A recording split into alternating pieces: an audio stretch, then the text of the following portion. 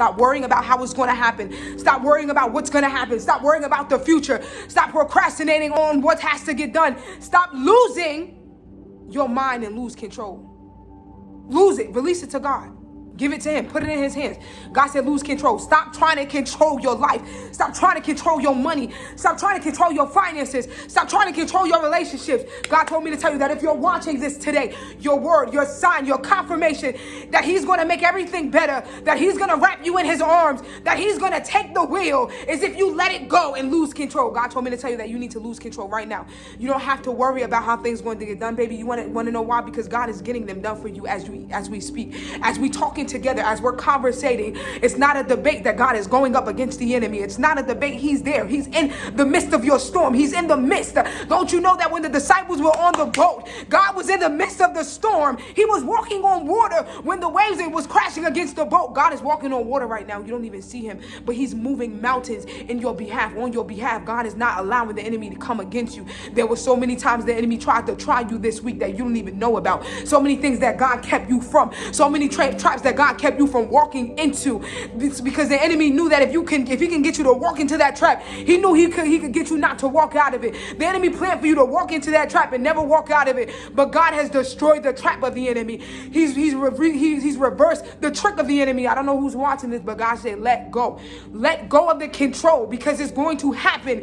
It's going to happen in God's timing. And for you to understand that you will become something, you will be successful. God won't allow you to lose. God will not allow you to lose your mind if you lose control.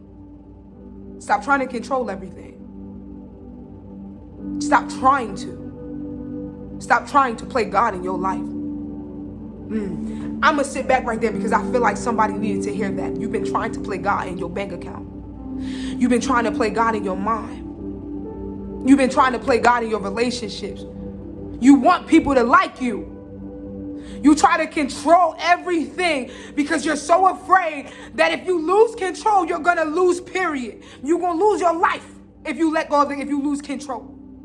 But God says the very thing that you're holding on to is the very thing that if you give to him, it will break you away from ever feeling stuck again. That will be your freedom. That will be the time where you say, God, I don't care what happens. I'm placing it in your hands. I may not know what's going to happen tomorrow, but I know who's going to hold tomorrow. I may have enemies against me. It may be scary, God, but I'm going to lose control and relinquish it to you. When you lose control, God, you give it to God. I'm going to lose control so God can find it. I don't know about you. I'm tired of having to control every single thing, every single moment in my life. I can't. When I try to control it, it still don't work out. But can I tell you something? I know a God that sits on a high throne. I know a God that sits big in heaven, that can move any mountain, that can talk to any wave and tell it to be still, that can silence any storm, that can silence any wave. And right now, God is saying, if you lose the control, I'm going to find it. Oh, I don't know who needs to hear this. You need to lose control. Stop trying to make it happen. Stop trying to work your way up. Don't you know the Bible says that you can't work your good deeds. You can't pay or get into heaven with good deeds. You cannot buy your way into heaven. You cannot buy your way behind them heaven, those pearly gates, those pearly white gates.